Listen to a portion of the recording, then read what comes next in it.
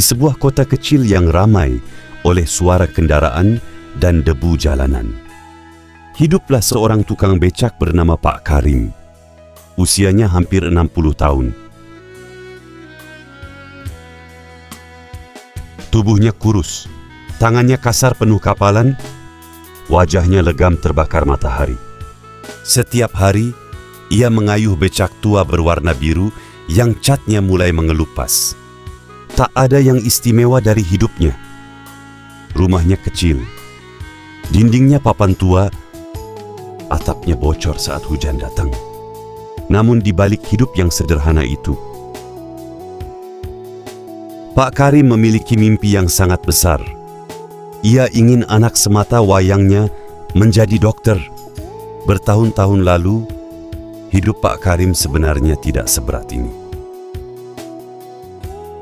Ia hidup bersama istrinya, Bu Rina, dan seorang anak laki-laki kecil bernama Arya.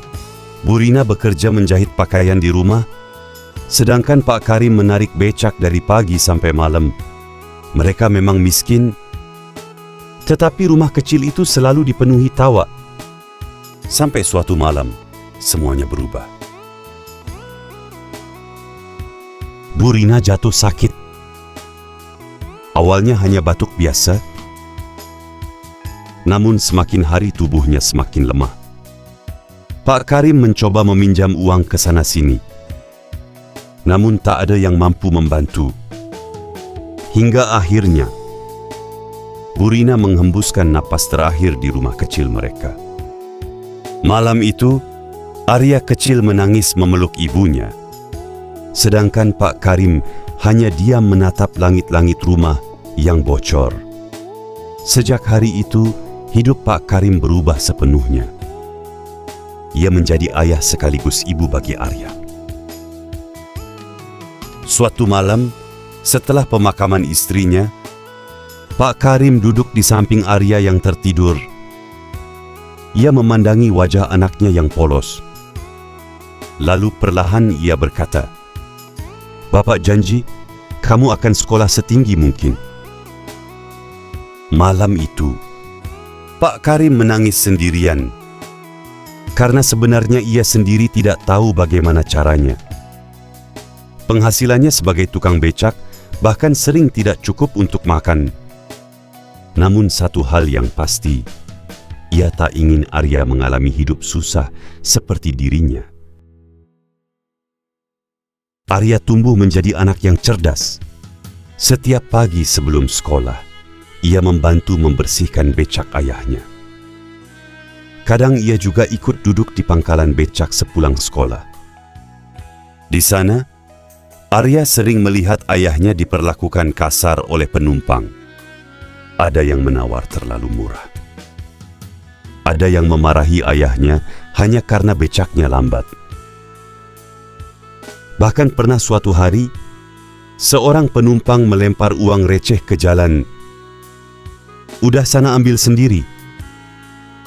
Pak Karim hanya tersenyum kecil, lalu memungut uang itu satu persatu. Arya yang melihat kejadian itu menahan air matanya. Malamnya, ia berkata pada ayahnya, "Pak, nanti kalau Arya besar, Arya mau jadi orang sukses." Pak Karim tersenyum.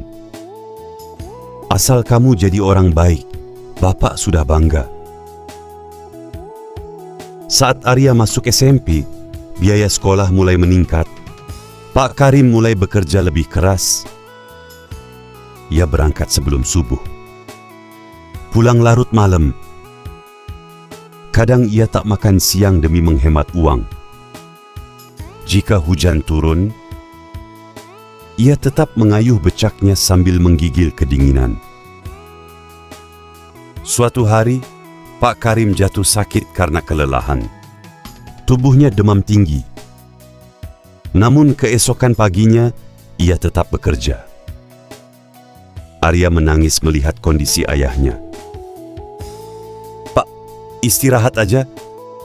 Pak Karim tersenyum lemah. "Kalau Bapak berhenti sehari, kamu makan apa?" Kalimat itu membekas dalam hati Arya. Sejak saat itu, ia belajar lebih giat lagi. Suatu hari di sekolah, guru Arya bertanya, "Cita-cita kalian apa?"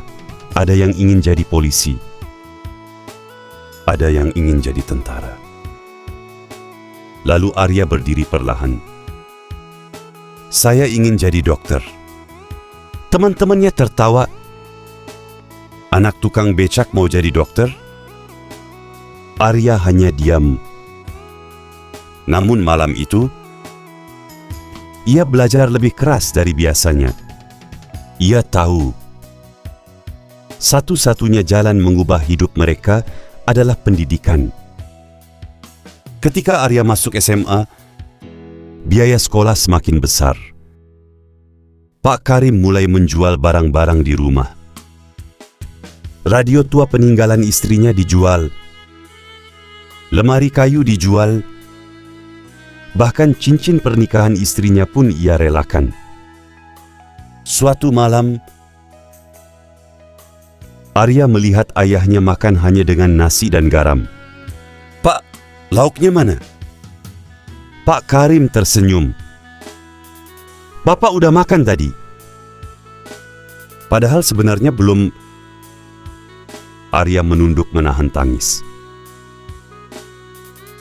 Suatu sore, Pak Karim mengalami kecelakaan kecil.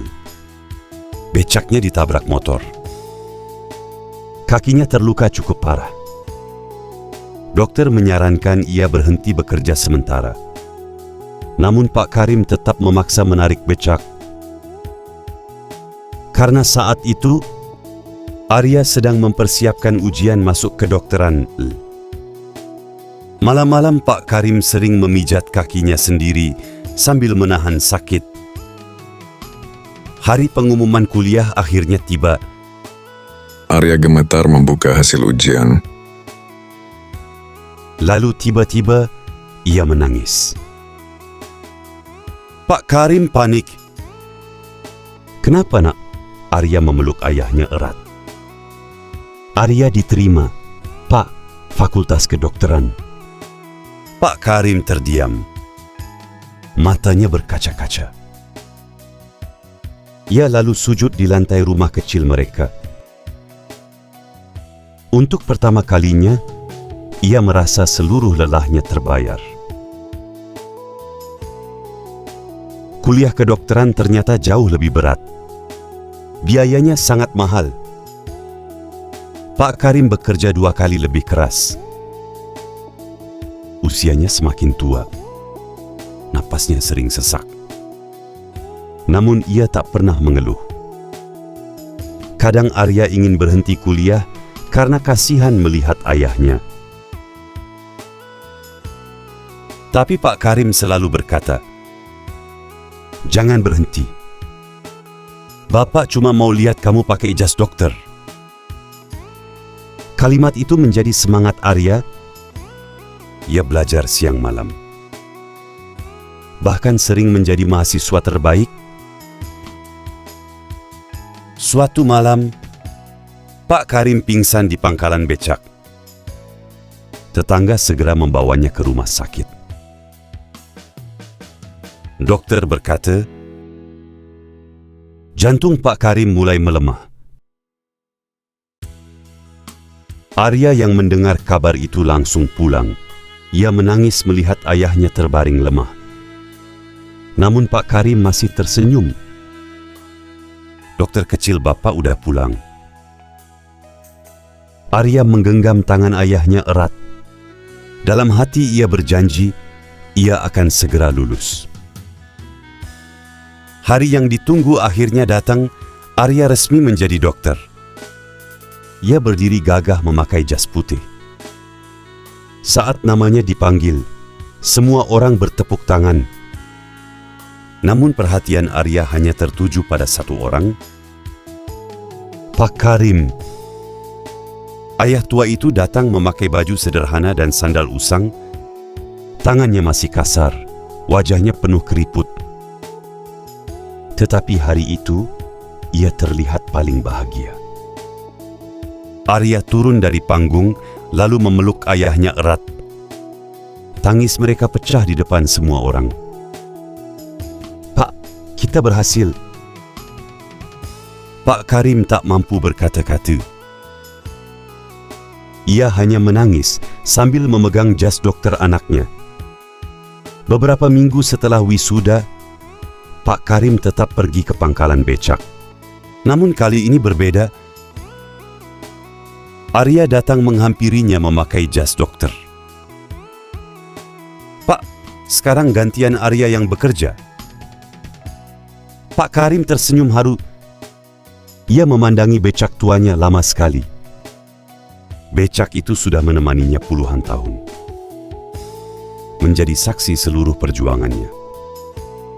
Lalu perlahan, Pak Karim menyerahkan becak itu kepada orang lain. Hari itu menjadi kayuhan terakhir seorang ayah. Kini, Arya dikenal sebagai dokter yang ramah dan rendah hati. Di ruang praktiknya, ada satu foto yang selalu dipasang di dinding. Foto seorang tukang becak tua dengan senyum sederhana. Karena bagi Arya, orang paling berjasa dalam hidupnya bukanlah orang kaya, melainkan seorang ayah yang rela mengorbankan segalanya demi masa depan anaknya. Pesan moral: kemiskinan bukan akhir dari segalanya. Selama ada kerja keras, doa, dan cinta orang tua, mimpi setinggi apapun bisa tercapai. Kalau kalian terharu dengan perjuangan Pak Karim, jangan lupa subscribe, like, dan bagikan cerita ini, karena masih banyak perjuangan orang tua di luar sana yang layak untuk dihargai.